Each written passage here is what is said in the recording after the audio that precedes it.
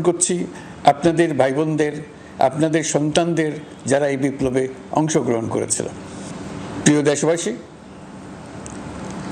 আমি আগেও জানিয়েছি, আবারও জানাচ্ছি, গণ অভ্যুত্থানে সকল শহীদের পরিবারকে পুনর্বাসন করা হবে। সকল আহত শিক্ষার্থী, শ্রমিক, জনতার চিকিৎসার সম্পূর্ণ ব্যয় সরকার বহন করবে। আহতদের দীর্ঘমেয়াদী এবং ব্যয়বহুল চিকিৎসা এবং শহীদদের পরিবারের দেখাশোনার জন্য স্বাস্থ্য মন্ত্রণালয়ের নেতৃত্বে একটি পূর্ণাঙ্গ তালিকা প্রস্তুত করা হয়েছে। এখন এই নতুন তথ্য পাওয়ার ভিত্তিতে এই তালিকা হালনাগাদ করা হতে থাকবে। গণ অভ্যুত্থানে শহীদদের স্মৃতি ধরে রাখতে সরকার তার যাত্রা লগ্নে জুলাই গণহত্যা স্মৃতি ফাউন্ডেশন নামে একটি ফাউন্ডেশন প্রতিষ্ঠার উদ্যোগ নেয়। এখন সেই ফাউন্ডেশন তৈরি হয়েছে। সকল শহীদ পরিবার এবং আহতদের